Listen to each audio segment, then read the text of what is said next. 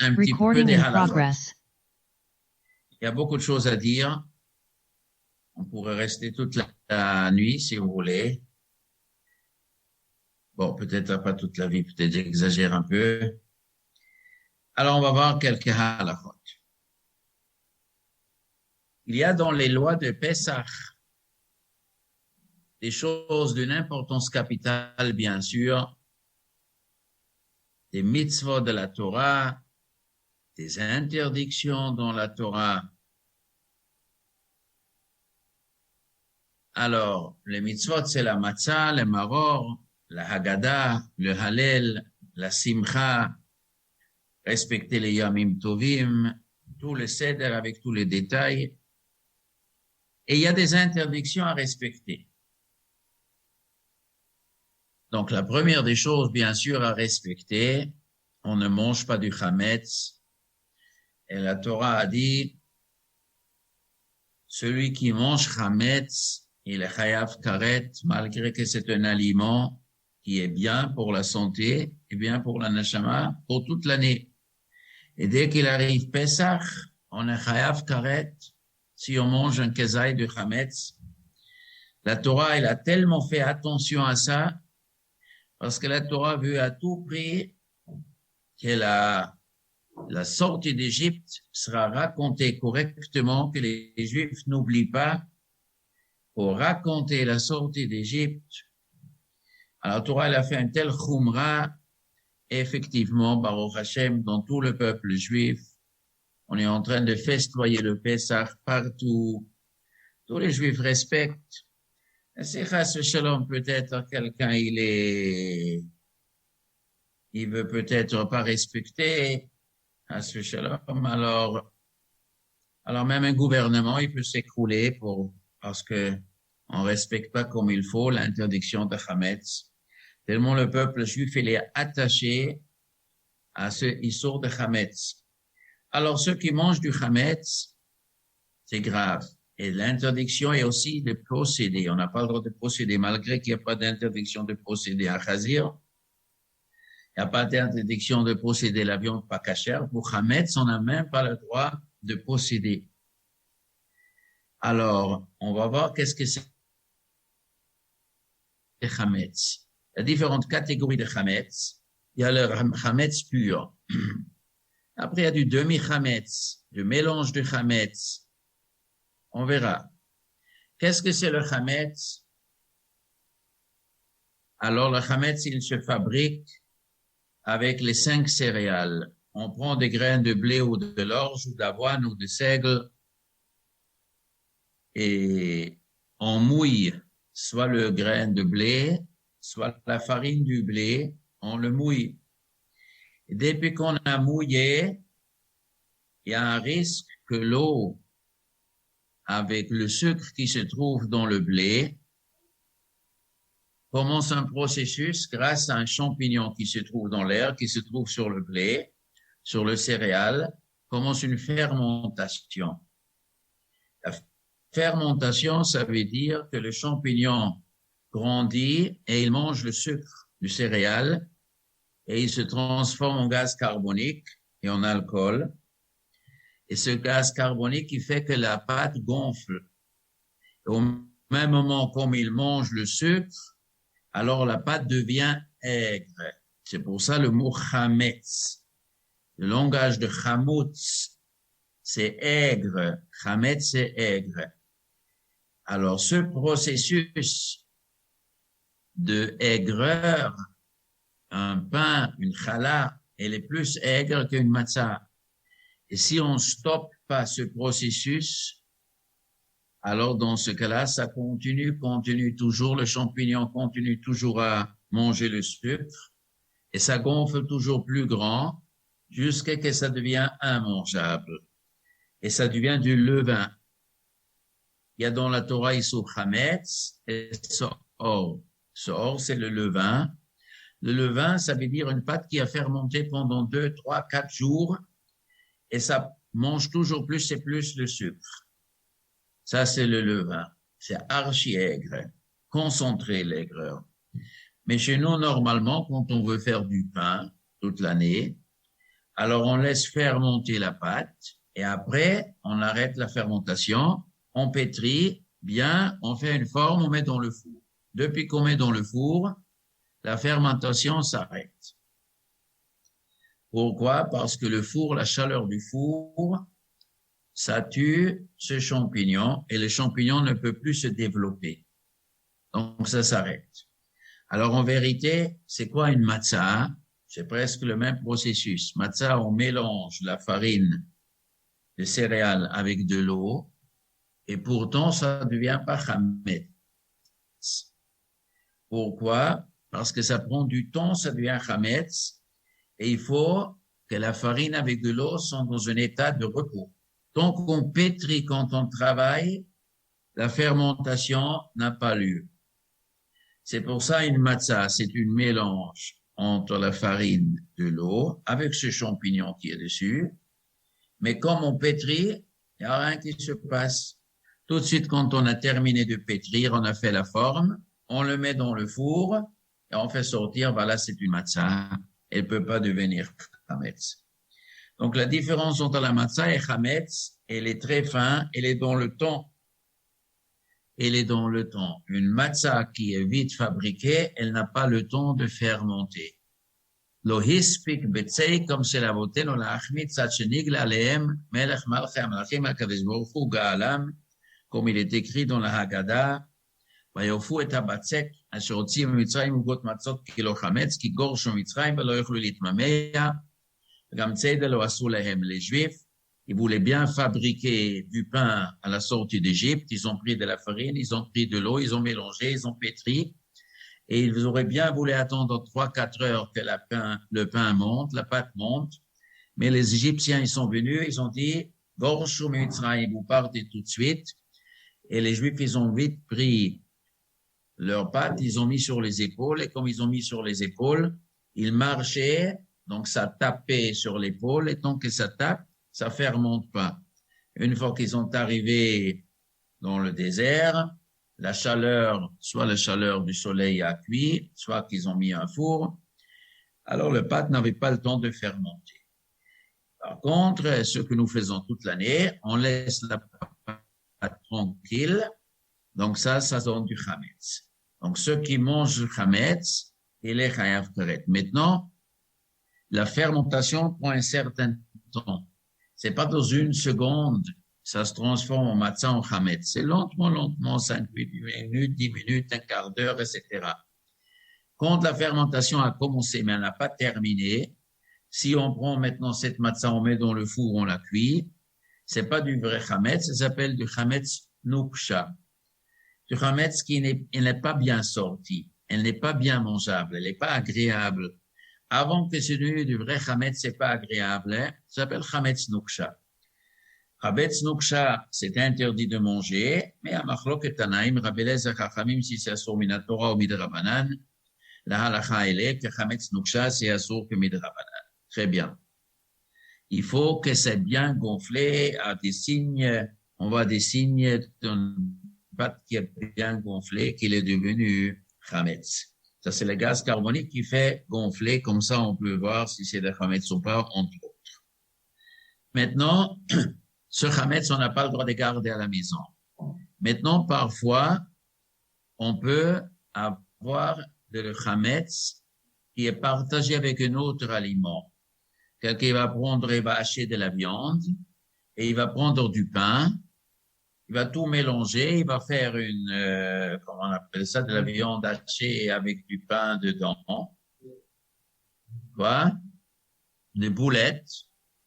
Alors, ceux qui mangent des boulettes, est-ce que la Torah elle a interdit boulettes? Ça veut dire viande avec du pain, ou poisson avec du pain, ou pommes de terre avec du pain, ou carottes avec du pain, n'importe quel aliment, et ils le mélangent ensemble. Bien sûr, la Torah aussi, elle a interdit. C'est interdit. Boulette aussi, c'est interdit. Mais la Torah, mais qu'est-ce qu'il se passe si on a une grande quantité de pommes de terre ou de viande et peu de matzah, peu de pain? Un homme, il va prendre, par exemple, une mesure de pain et 10 mesures de viande. 1/10. Alors, il va prendre 1 kilo de pain, 10 kilos de viande, il va tout hacher, il fait des boulettes. Et maintenant, pendant Pessah, il va le manger. Alors, s'il mange normalement, il n'aura pas mangé un kezaï de pain qui, après un certain temps, qui est trop long pour être chayaf selon le vrai chametz, il faut le manger, un kezaït, la quantité d'un kezaït dans un laps de temps qu'on mange 3 œufs. Donc, un kezaït, c'est à peu près un demi-œuf. Donc, un kezaït sur 3 œufs, c'est 1 sur 6. Donc, si j'ai une mesure de chametz avec 7 mesures de viande, si je le mange normalement, j'aurais pas mangé un kezaït. Donc ça, la Gemara, elle appelle chametz al-yedei ta'arovet. Le chametz mélangé avec une mélange. Et ce chametz al-yedei ta'arovet, nous avons machloket Rabbi Eliezer Chachamim. Est-ce que la Torah, elle a interdit ou la Torah n'a pas interdit? Rabbi Eliezer dit la Torah elle a interdit, Chachamim disent la Torah n'a pas interdit. Et la halakha, c'est discuté dans la halakha, si la halakha elle est comme Rabbi Eliezer, comme Chachamim.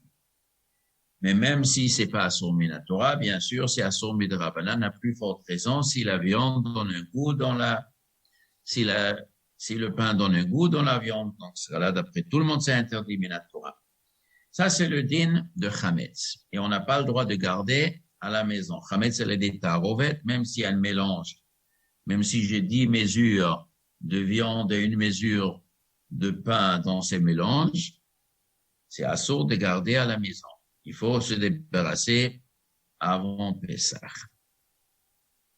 Maintenant, si ça a été mélangé à 1 sur 60, si j'ai 60 mesures de quelque chose permis à 1 mesure de chametz, si ça se mélangeait avant Pessah, c'est batel. Et dans ce cas-là, on a le droit de manger pendant Pessah ce mélange. Et si c'est pendant Pessah qui tombe un peu de chametz dans un plat, pendant Pessah c'est spécial, même un tout petit peu de chametz qui tombe pendant Pessah sur l'aliment, on n'a pas le droit de manger cet aliment. Maintenant, cette interdiction de chametz pendant Pessah, c'est seulement s'il s'agit du pain, s'il s'agit d'une challah, s'il s'agit du chametz qui est mangeable. Mais si le chametz il est dénaturé, il n'est pas chametz. Ça veut dire que si j'ai du pain moisi, on a une challah, on a du pain, on a laissé dans un endroit humide 1 semaine, 2 semaines, 3 semaines, et on voit des taches bleues comme un fromage bleu de chèvre. Et c'est bleu et c'est dégoûtant. Des fois, la tache est qu'à l'extérieur, mais à l'intérieur, c'est pas moisi. Dans ce cas-là, l'extérieur elle n'est pas interdite, mais l'intérieur, c'est bon. Mais si la moisie traverse tout le pain, il est moisi et c'est pas mangeable, alors la Torah n'a pas interdit ce chametz. Ça veut dire quoi? Elle n'a pas interdit de le manger, elle ne l'a pas interdit de le garder. Mais Chachamim, ils ont interdit de le manger. Malgré que c'est moisi, Chachamim, ils ont interdit de manger. Mais on a le droit de le garder et on a le droit de profiter. Maintenant, qu'est-ce qu'on appelle moisi? À quel point moisi? Alors, le din, il faut que ce sera moisi pour les humains et même un chien ne mangera plus.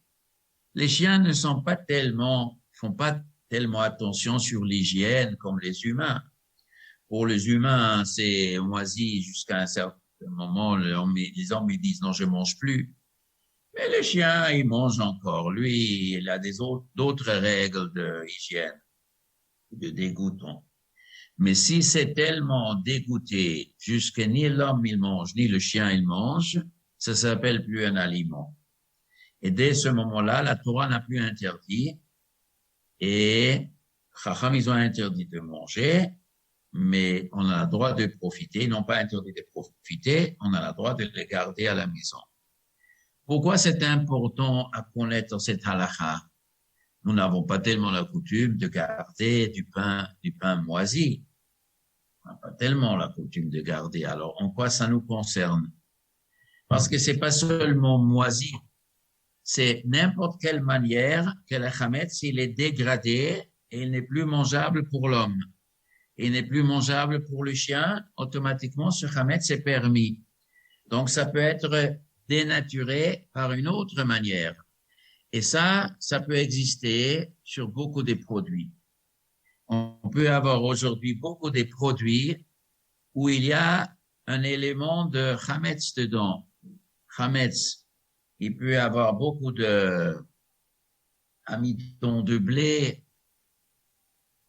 Il peut y avoir beaucoup d'amidon de blé dans beaucoup de produits, mais pas seulement dans les produits alimentaires. Il peut y avoir dans du savon, dans des détergents. Il y a beaucoup de produits où on peut mélanger dedans. Dans les usines, on mélange du chametz. Mais c'est pas mangeable. Dans ce cas-là, la Torah n'a pas interdit de les garder et on peut même les utiliser. Le Shulchan Aruch, il parle par exemple, quand on a fabriqué de l'encre. Pour fabriquer de l'encre, on prend de l'huile d'olive, on prend la suif dans un four et on mélange avec du vitriol. Alors maintenant, quelqu'un, il a mis un peu de vodka dedans, un peu d'alcool de vodka dans cette encre. Mais il y a des autres produits dedans qui rendent que c'est dégoûtant. Personne n'y va boire cette encre. Alors il marque Shulchan Aruch. Cette encre, on peut garder à la maison, on peut même écrire avec la mouette. Ceux qui veulent écrire à la mouette dans les cas où c'est permis d'écrire, il a même le droit d'écrire. Pourquoi? Parce que c'est de l'encre qui n'est plus mangeable ni à l'homme, ni à un chien. Donc, c'est permis d'utiliser. Donc, ça, c'est une halakha très importante qu'il faut connaître sur beaucoup de produits. Donc, si on dit que Erev Pesach, la veille de Pesach, on doit débarrasser le chametz, c'est le chametz qui est mangeable. Mangeable pour l'homme, et si c'est plus mangeable pour l'homme et c'est mangeable pour le chien, alors ça, il faut se débarrasser. Mais si c'est plus mangeable pour l'homme, ni pour le chien, on n'est pas obligé de débarrasser. Maintenant, cet halakha est aussi important pour des médicaments. Un aliment qui n'est pas mangeable, qui est mélangé avec un produit qui rend dégoûtant pour un homme, ça rend dégoûtant pour un chien. Mais il y a des hommes qui le mangent, mais pas à titre parce qu'ils ont l'appétit, parce qu'ils veulent calmer leur appétit. Mais ils le mangent parce qu'il y a un médicament dedans pour une guérison. Mais en vérité, la chose n'est pas du tout un aliment. Ça aussi, c'était permis de garder à la maison. Et si on le mange à titre de médicament, souvent, c'est permis même à titre de médicament de manger. Alors, si quelqu'un, il va avoir une aspirine ou n'importe quel antibiotique, même dans l'hypothèse où il y a dedans de l'amidon de blé, où il y a dedans du chametz, mais normalement, je dis normalement parce qu'il y a des exceptions, normalement, le goût n'est pas bon et aucun homme qui n'est pas malade ne le mange. Un homme qui a faim, il va pas prendre 100 grammes d'antibiotiques pour bourrer son ventre. Il est fou. C'est du poison. On n'a pas le droit de manger ça. On ne mange que la quantité qu'on a besoin pour guérir. On ne mange pas plus. Et normalement, tous les antibiotiques et tous ces produits, 95% des produits que nous mangeons, si on a besoin de manger, toutes les choses qu'on avale, ils n'ont pas de goût ou ils ont un mauvais goût. Alors, des fois, il peut y avoir un peu de chametz dedans. Mais ce chametz, dans la majorité des cas, c'est simplement pour le excipient et c'est pas important. Et mitzad adin, tout ce qui est dégoûtant, et quand on est malade, on a le droit de manger. Alors, maintenant, il y a certains médicaments qui ont un bon goût. Il y a des sirops qui sont agréables. Des fois, il y a des sirops du glucose. Alors, quand on entend glucose, le glucose, c'est un sucre. On peut fabriquer par du maïs, on peut fabriquer par du blé. Si c'est du maïs, c'est pas chametz. N'est chametz que des 5 céréales. Il n'y a pas d'autre chametz. Il faut bien se mettre dans la tête. Il y a des gens qui disent que je vends ma maison. Il faut vendre la maison seulement s'il est fait de pain d'épices. Mais les maisons normales de chez nous ne sont pas sont faites de pierres et du bois et de ferraille. C'est pas du chametz. On n'a pas besoin de vendre ni frigidaire. Frigidaire, c'est pas du chametz. C'est pas fait de pain d'épices. Et on n'a pas besoin de vendre. Après, on verra. Des fois, ça vaut la peine de vendre un armoire, oui, ou plutôt louer, pas vendre, louer. On verra ça un peu plus tard. En tout cas, il n'y a rien de chametz, sauf les 5 céréales connues, le blé, l'orge, le seigle, l'avoine et l'épeautre, qui étaient mélangés avec de l'eau et que ça commence une fermentation avant qu'on le met dans le four et ça fait remonter. Des fois, ces produits sont chametz noksha, des fois, c'est du vrai chametz qu'on mélange avec l'autre chose. Rien d'autre n'est chametz. Faut pas demander des questions. Tous les autres aliments, boissons, il n'y a rien d'autre chametz. Mais le chametz, il peut être caché. Et spécialement dans notre époque où l'industrie alimentaire est très compliquée, composée par beaucoup de choses. C'est pas comme autrefois à l'époque de nos grands-parents, que 98% des aliments, ils étaient une chose, une poire, une pomme, une carotte, une pomme de terre et un œuf.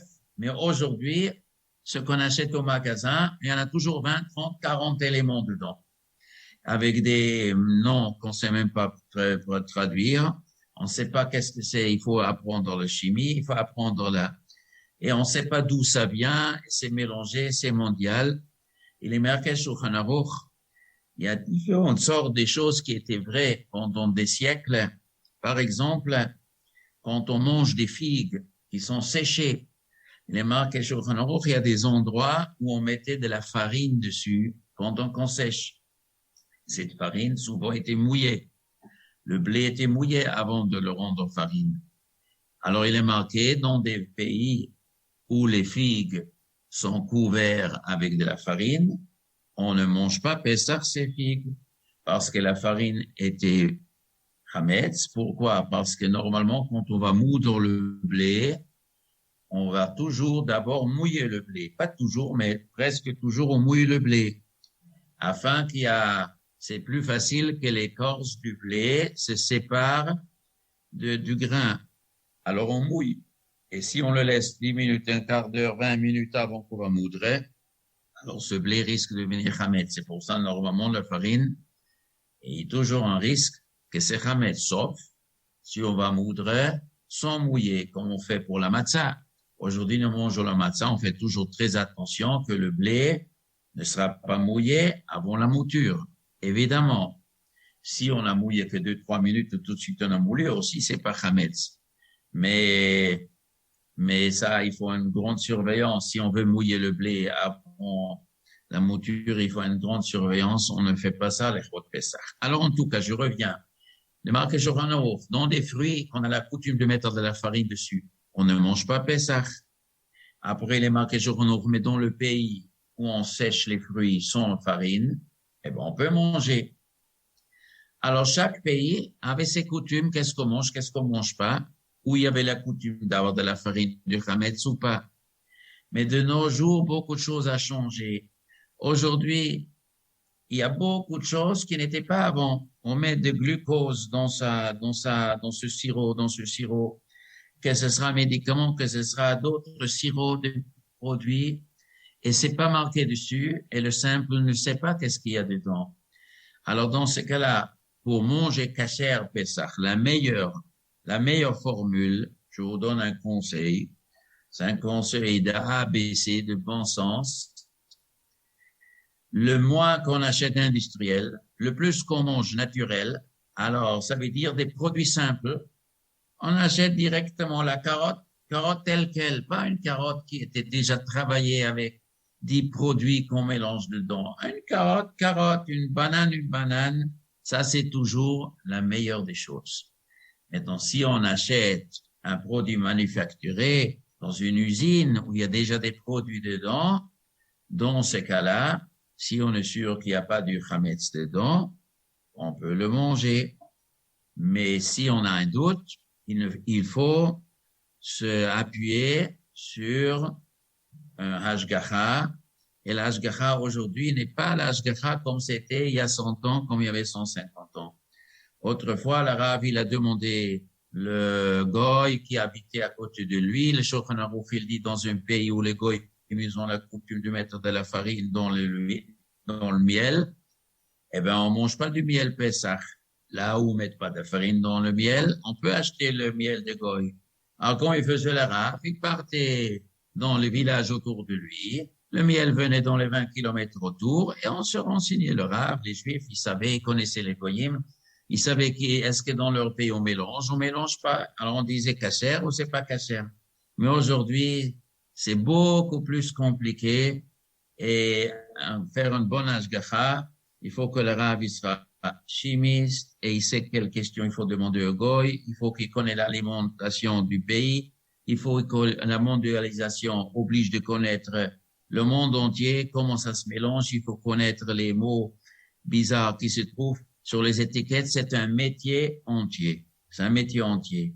Un homme qui n'a pas appris ce métier, même s'il a pris le Shulchan Aruch, s'il n'a pas appris le métier d'alimentation et de composition, il ne peut pas, on achète seulement si on sait quelqu'un qui s'y connaît, qui a une expérience de 10 ans, 15 ans d'expérience avec les usines, qui a la coutume d'aller dans les usines, il sait quelles questions il faut demander et comment il faut lire, il faut savoir comment ça se fait. Bon. En tout cas, dans l'absence, où on a un bon hashgacha, où on achète des choses simples, où on est sûr qu'il n'y a pas de problème dedans. Mais je dis, pour les médicaments, je reviens aux médicaments, la grande majorité des médicaments, on n'a pas besoin de se casser la tête. Pas seulement pour des médicaments, que si en l'absence de ce médicament, il y a un danger, quelqu'un a un médicament, c'est s'il ne prend pas, il y a un danger. Ça, c'est sûr et certain, il faut prendre, il ne faut pas se casser la tête. Mais même si ces médicaments sont danger de mort si on ne le prend pas, on a la coutume d'avoir un médicament qui est mauvais, qui n'a pas un bon goût. En principe, on n'a pas besoin de se casser la tête. Même s'il y a un peu d'amidon de blé dedans, si on a le même médicament qui n'a pas de amidon de blé, on l'échange avec un qui n'a pas d'amidon de blé. C'est vrai. Mais si on n'a pas, on se casse pas trop la tête parce qu'alpidine, c'est pas considéré comme un aliment. En principe, on a le droit de le manger. Sauf si c'est un sirop agréable où il y a du glucose ou des choses comme ça. Et c'est bon pour manger. Malgré que c'est un médicament, ça, il faut faire attention. Il faut éviter. Et si on ne peut pas l'éviter, dans ce cas-là, il faut demander à un pharmacien, est-ce qu'il a autre chose à la place? Dans ce cas-là, il faut consulter. Dans ce cas-là, il y a des listes. Si c'est un sirop qui est agréable, il faut faire une liste, ce qui était vérifié par des spécialistes qu'il n'y a pas de chametz dedans. Mais ça, il y a peu de médicaments, le maasé, qu'on a besoin de le faire. Maintenant, là où il y a du chametz dedans, bien sûr, ça c'est les marmites dans la cuisine, dans la vaisselle de toute l'année. Alors, Baruch Hashem, aujourd'hui, Hashem, il a donné une bracha aux Juifs qu'en principe, on peut se permettre, la majorité des Juifs, en tout cas, ils peuvent se permettre d'avoir une vaisselle spéciale pour Pessah. On a une vaisselle spéciale pour Pessah. Et dans ce cas-là, on n'a pas besoin de cachériser. Mais, quelqu'un qui ne peut pas se permettre, et il fait comme à l'ancien, comme on faisait autrefois, on fait la cachérisation. Alors, il y a quelques règles à savoir, et même pour aujourd'hui, des fois, ça peut être très important. La règle dit que un assiette, une marmite, une cuillère, etc., la vaisselle qu'on a cuit dedans, qu'on a mis dedans de chametz, il faut le cachériser. Et comme on cachérise, une des règles bien connues s'appelle kobolo karpolto. De la manière que la chametz a laissé un goût, eh ben, de cette manière, on fait sortir ce goût. Donc, si on a une marmite dans laquelle on a cuit des pâtes, et maintenant, cette marmite, on veut utiliser pour Pessah, donc, qu'est-ce qu'on fait? On nettoie bien la marmite pour qu'il y ait un rein qui est collé dessus. Et après, on prend cette marmite, on le met dans une autre marmite où il y a bourré de l'eau chaude. On laisse l'eau sur le feu jusqu'à ce qu'elle est bouillante. Et après, on met la petite marmite dans la grande marmite. Et si on n'a pas une grande marmite pour mettre la marmite dedans, dans ce cas-là, on prend cette marmite lui-même et on le fait déborder l'eau jusqu'en haut. On fait déborder de tous les côtés. Après, cette marmite est cachérisée. Avant de cachériser, on attend 24 heures sans utiliser. Après qu'on a cachérisé, on verse de l'eau froide dessus. Donc, c'est comme ça qu'on cachérise quelque chose qu'on a la coutume de cuire dedans. Maintenant, si c'est une assiette qu'on ne mette pas sur le feu, une assiette qu'il peut toucher la chametz que par, on verse dessus. On prend la soupe de Shabbat de la semaine et on verse avec la louche sur cette assiette. Et comme ça, il a touché du chametz chaud. Donc, on le cachérise de cette même manière. Ça veut dire, on chauffe de l'eau dans une bouilloire et on verse cette eau-là sur cette assiette. Et comme ça, cette assiette est cachérisée. Et si on a des couteaux, si on a des fourchettes, soit on lui met dans une marmite qui a de l'eau bouillante dessus, soit on prend de l'eau bouillante et on verse dessus avec ses cachérisés. Et s'il y a un aliment, s'il y a un de vaisselle qu'on utilise qu'à froid, donc normalement utilisé à froid, ça suffit de cachériser à froid, on nettoie à froid. Si on a un plan de travail dans la cuisine, alors normalement le plan de travail, on met pas tellement, on verse des fois de chametz, de la soupe avec des pâtes dedans. Dans ce cas-là, on cachérise, on verse de l'eau bouillante sur le plan de travail. Maintenant, si on met des marmites dessus, des fois vraiment, alors des fois c'est une khumra de couvrir le plan de travail avec du papier ou le papier à lui ou quelque chose comme ça. Ou on met comme ça, on met pas la marmite de Pessah directement dessus. Ou on a versé de l'eau bouillante dessus, normalement, ça c'est considéré comme cachérisé. Et maintenant, aujourd'hui, il y a des vitres céramiques. Alors, il faut savoir pour le vitre céramique, en principe, c'est pas un grand problème. Aussi, on peut les utiliser. Alors, je vais expliquer la règle en théorie. Ceux qui ont un petit peu des notions de cacheroute, il va plus facilement le comprendre que, en vérité, la cachérisation d'une marmite, c'est seulement quand il faut cachériser la marmite de chametz quand on veut mettre un aliment dans la marmite. Un aliment de Chod Pesach, on va mettre dans la marmite. Mais personne, ils mettent un aliment sur le vitre céramique. On met l'aliment dans une marmite et la marmite, on met sur la plaque. Donc, en principe, même si pendant l'année, quelqu'un, il a mis une marmite sur le vitre céramique et ça se débordait, et disons une soupe de pâtes se débordait, alors, d'abord, le vitre céramique est très lisse. Donc, c'est très probable que d'après la Machaber, on n'a pas besoin de cachériser parce que c'est lisse comme le verre. Mais même s'il faut oui cachériser, faut cachériser si on avait mis l'aliment sur le vitre céramique. Mais comme on met pas l'aliment dessus, on met une marmite. Si on met une marmite séchée en bas, sur un vitre céramique qui est sec, il n'y a pas de problème. Halachiquement, une marmite qui est sèche en bas, qu'on mette sur une cuisinière qui est sèche, il n'y a pas de problème. Il y a un risque que ça va déborder pendant Pessah. Mais si ça se déborde pendant Pessah, l'aliment aussi reste cachère, parce qu'il y a une règle qui dit que un goût qui sort de quelque chose interdit après 24 heures, ça ne peut pas interdire l'aliment. Donc, ce qui est important dans un vitre céramique, on le laisse chauffer une demi-heure avant Pessah, comme ça on cachérise. Et pendant Pessah, on fait attention de toujours mettre la marmite sèche dessus. Et si ça débordait, tout de suite on lève, on sèche et l'aliment reste toujours permis. Ça, c'est Meïkeradine. Maintenant, ceux qui est à côté, on met un peu de papier aluminium autour, là où c'est pas chaud, là où c'est un peu pas cachérisé. Et si ça déborde, on nettoie. Et si on n'a pas nettoyé, Bediavad aussi, toujours, de toute façon, l'aliment reste toujours cachère. Et les autres là, qu'on sait aussi, en principe aussi, la halakha, elle est comme ça. Si on a un gaz, on a des brûleurs, mitzad ikradin, on n'a pas besoin de cachériser les brûleurs. C'est une khumra quand on les cachérise avec du feu ou avec du papier alu autour, mais c'est un khumra. Et ikradin, il faut nettoyer, ça suffit. On enlève. Le four aussi, on met du décap-four.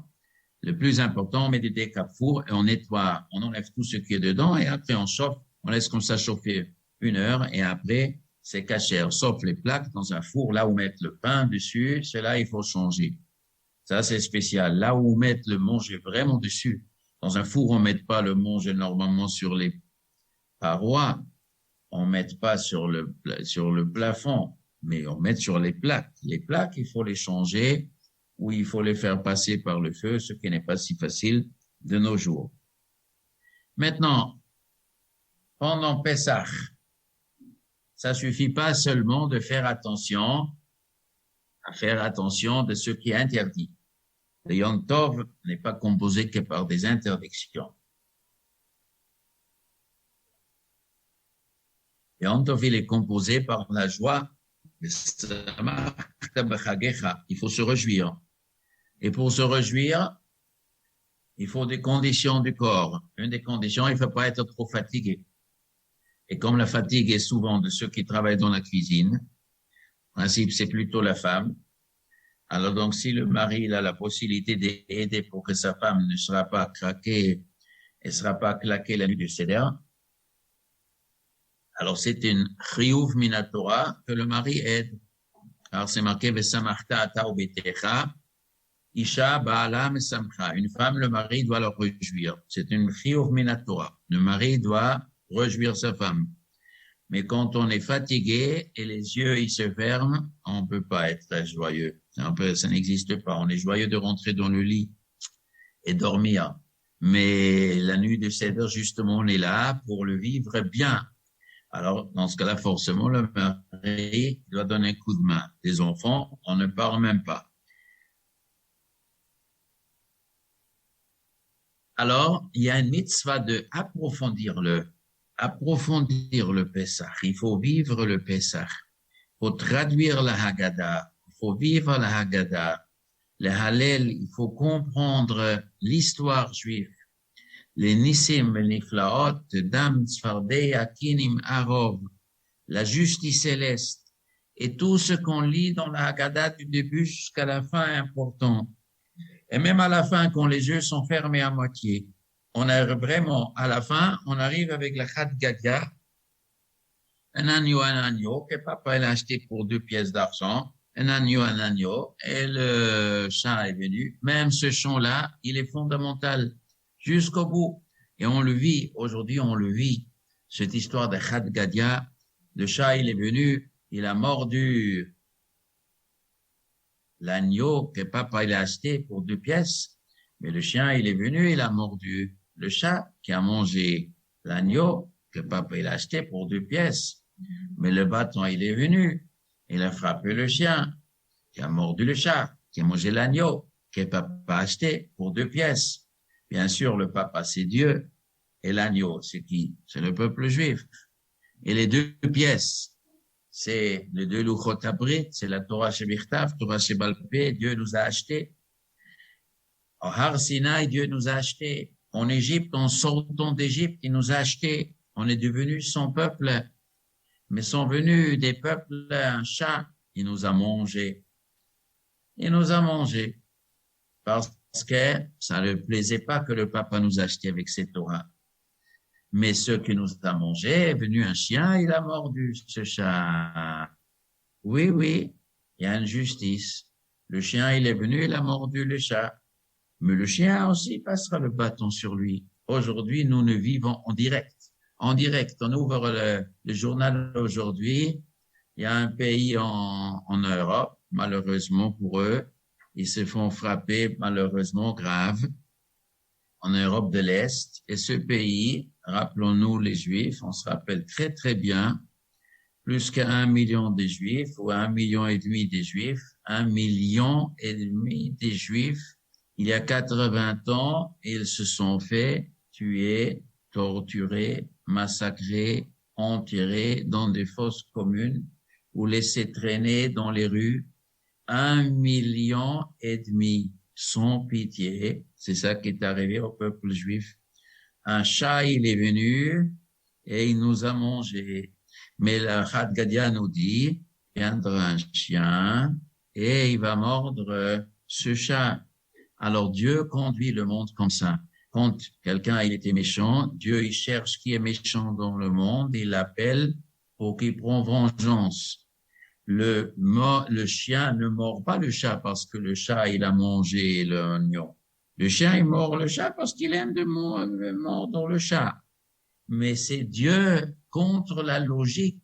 Normalement, un chien, il ne mord pas un chat.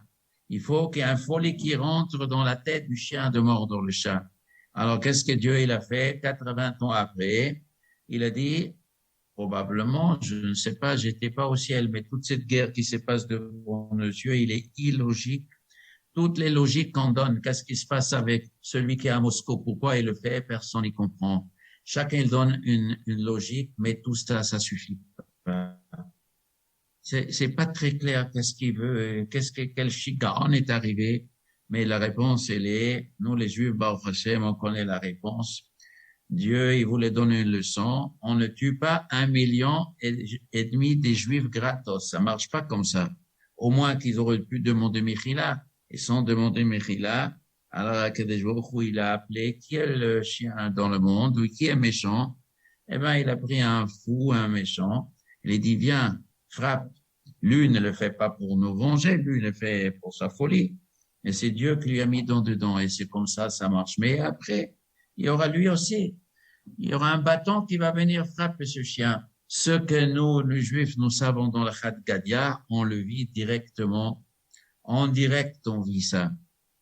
Et toute la justice céleste, il faut savoir que Dieu, il est gentil et nous a protégés 1 million de fois des Nissim et Niflot. Et dans chaque cour, Chas Shalom, qui est en Eretz Israël, des fois, il y a un attentat Bar Minan. Eh ben, les gens qui sont autour, demandez les gens autour, on voit qu'il y a beaucoup de miracles. Dans une catastrophe, il y en a 30 miracles autour. Des choses qui auraient pu être autrement, ça aurait pu être beaucoup. Hachem, il protège même dans le malheur, mais c'est encore mieux qu'il nous protège Dieu, Bezrat Hachem, entièrement. C'est que ce sera entièrement. Mais Dieu nous a toujours protégés. Et ça, il faut apprendre l'histoire juive. D'ailleurs, cette histoire qui se passe dans ce pays, je ne sais pas si vous êtes au courant, ce qui s'est passé il y a 80 ans, on est au courant, mais ce qui s'est passé dans l'année 1648 et 1649, c'est en tout cas les Juifs qui habitaient en Europe, ils savent qu'est-ce qui s'est passé dans ce pays. Il y avait un monsieur qui s'appelait monsieur Chmielnitsky.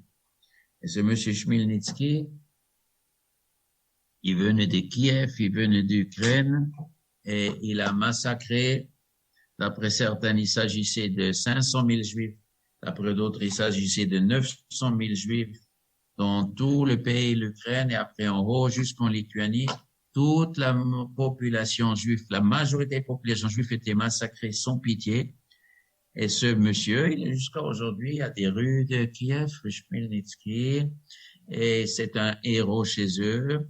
Ils n'ont jamais demandé pardon ce qu'ils ont fait, sans raison, ce qu'ils ont fait. Maintenant, nous, on doit avoir pitié sur les gens aujourd'hui. C'est pas nous n'avons pas le droit de faire, on n'a pas le droit de tuer quelqu'un parce que ses grands-parents, ils ont fait ça. Nous, les humains, nous n'avons pas le droit de faire ça. Mais Dieu, il a d'autres calculs. Nous n'avons pas le droit de punir un fils pour les péchés du père. Et on a pitié d'eux. Mais Dieu, il fait ce que lui fait. Il y a une justice céleste. Et ça, c'est l'histoire de Paro. Paro, il croyait qu'on peut faire aux Juifs ce qu'on peut faire. Mais ça marche pas comme ça. Est venu Dam, Tzfardé, Akinim, Arov. Ça, pendant 86 ans, les Égyptiens, ils étaient durs avec les Juifs pendant 86 ans. Avant aussi, depuis que Yaakov est niftar, depuis que les frères sont niftar, ça a commencé les chibout, et devenu toujours plus dur. Et le pire était les derniers 86 ans que les Juifs ils étaient en Égypte. Et après est arrivé les Makot et ils ont payé. Comme ça, il y a une justice au ciel. Et ça, les Juifs, ils doivent remarquer ça. Il y a beaucoup de choses à apprendre. Et la Haggadah, il faut la commenter, il faut la approfondir. Ce matin, j'ai étudié un petit peu le Chumash. Il est marqué dans le Chumash, dans Parshat Bo, Vaya ki yomru alechem benechem ma avodazot lechem. Et il sera quand vos enfants vont demander à quoi ça sert ce labeur pour vous. ואמרת זבח פסח הוא להשם אשר פסח על בתי אבותינו מצרים ונקפו את מצרים הציל ויקדם וישתחוו. Alors tu vas dire à ton fils qui pose la question pourquoi, à quoi ça sert ce labeur pour vous, tu vas dire à ton fils c'est parce que nos parents en Égypte ils ont égorgé un mouton. Grâce à ça, Dieu, il a sauté sur les maisons de nos parents en Égypte. Il nous a sauvés et que les Égyptiens, ils étaient frappés et Dieu, il avait pitié de nous, il nous a libérés. C'est ça qu'on reprend ce fils. Et dessus, le texte dit, et le peuple s'inclinait et se prosternait. Ils ont remercié Dieu. Pourquoi ils ont remercié Dieu? Comme Rachid raconte, ils ont remercié Dieu d'avoir entendu de Dieu qu'ils vont être libérés. Ils ont remercié Dieu d'avoir entendu qu'ils vont recevoir Eretz Israël. Ils ont remercié Dieu de la promesse qu'ils auront des enfants. Alors ici, il y a une grande question. Tout le monde sait de la Haggadah qu'il y a 4 enfants à qui on doit enseigner le Pessah. Un des enfants, c'est le Racha. Et qui est le fils qui dit qui est le garçon qui dit à quoi ça sert ce labeur? C'est le Racha. C'est le fils Racha. Alors si c'est le fils Racha, pourquoi la Torah nous dit que le peuple a remercié pour le cadeau d'avoir un enfant? Est-ce que c'est un cadeau pour avoir un enfant? Racha, shalom. Mais le sens, il est que quand un enfant, il dit, un fils qui dit à quoi ça sert ce labeur pour vous, faut surtout pas croire que c'est un rachat. Il pourrait devenir rachat. C'est pas qu'il est rachat. La Torah nous dit qu'il faut le récupérer. Il a une tendance que si on lui enseigne pas, à ce genre, il peut devenir un rachat. C'est pour ça, tout de suite, la Torah a dit, Dieu avait pitié de nous. Ça veut dire, le rachat, il peut penser, un enfant, il peut penser, pourquoi, parents, c'est tellement difficile le judaïsme. C'est tellement difficile à préparer le Pessah. À quoi ça sert? Et le goy n'est pas obligé de faire Pessah. Les Juifs sont obligés. Est-ce que Dieu vous a donné la Torah parce qu'il nous déteste, c'est shalom? Dieu n'a pas demandé la Torah difficile au goy, mais à nous, oui. Ça veut dire qu'il nous aime pas. On dit non, mon fils, puis le contraire. Dieu nous a donné ses mitzvot parce que Dieu, il a pitié avec le peuple juif. Il a eu pitié de nous. Il nous protège, il est proche. Et avec ça, on va récupérer. Racham, on remercie. Il pourrait devenir Racham, mais Racham, il n'est pas Racham. Il faut l'éduquer la nuit de Pessah. La même façon, le Chacham, Mahu Omer. Le Chacham, qu'est-ce qu'il dit? Quels sont les Edot, les Chukim Mishpatim, quelles sont tous ces lois de, ça c'est le Chacham. Mais un enfant qui pose une bonne question n'est pas un Chacham. Un Chacham, c'est quelqu'un qui sait répondre à la question. Un Chacham, c'est quelqu'un qui connaît la Torah. Ce fils n'est pas Chacham, il pose une question. Mais quand on dit ce fils est Chacham, je veux dire, potentiellement, si tu lui donnes la bonne instruction, il va devenir Chacham. Un enfant qui pose une bonne question et qui, tu vois qu'il est intéressé, Baruch Hashem, il s'intéresse à toutes les finesses de la Torah et d'autres, Chukim Mishpatim, sache papa que lui, Chacham, potentiellement c'est Chacham. Alors vas-y. Vas-y, explique-lui toutes les lois de Hilchot Pesach et tout, Mesechet Pesachim, parce qu'il risque de devenir un Chacham si tu éduques. Ainsi, tous ces 4 enfants, ils sont en théorie, il faut justement les éduquer. Le Pesach, il est là pour éduquer les enfants. Et c'est pour ça, la coutume du peuple juif, que si il y a des parents et des enfants, on fait ensemble. Ici, il y a des grands-parents, on fait le grand-père, le père et le fils. Ici, il y a l'arrière-grand-parent, toute la famille. Comme ça, il marque le chumash, c'est ish, c'est le betavot, c'est la baït. Toujours la famille ensemble pour qu'il y ait les plusieurs générations se rencontrent et le plus âgé, il raconte à son fils, son petit-fils, son arrière-petit-fils pour transmettre à la Torah justement. Ça fait partie dans le fondamental de la Torah. L'histoire se raconte du plus âgé, ce qui a plus d'expérience, ce qui est plus proche de Har Sinaï. Plus qu'on est proche du Har Sinaï, plus qu'on est proche de la sortie d'Égypte, plus on peut raconter. Même que Baruch Hashem, dans notre génération, des fois, les papas, ils sont tellement occupés toute l'année. Et pendant la nuit des cèdres, c'est les enfants reviennent du Gan et c'est eux qui racontent leur papa. Effectivement, ça fait aussi partie des fois, c'est les parents qui enseignent aux enfants et des fois, les enfants, ils enseignent aux parents. Baruch Hashem, que nous avons aujourd'hui des écoles, dans toutes les écoles religieuses, les enfants, ils connaissent Baruch Hashem depuis le Gan, ils connaissent beaucoup de choses. Alors, c'est les enfants qui racontent aux parents et c'est comme ça doit être. Et chaque année, il faut faire des chidushim. Chaque année, il faut approfondir. Alors, je vous souhaite Pesach Kasher V'Sameach. Bezrat Hashem, j'espère la semaine prochaine, on va faire un cours, encore pas sur des halachot, mais un cours sur Pesach Bezrat Hashem. On va vous annoncer encore une soirée pendant le mois de Bezrat Hashem. Ak Sameach, Kol Tov, passez un bon Pesach.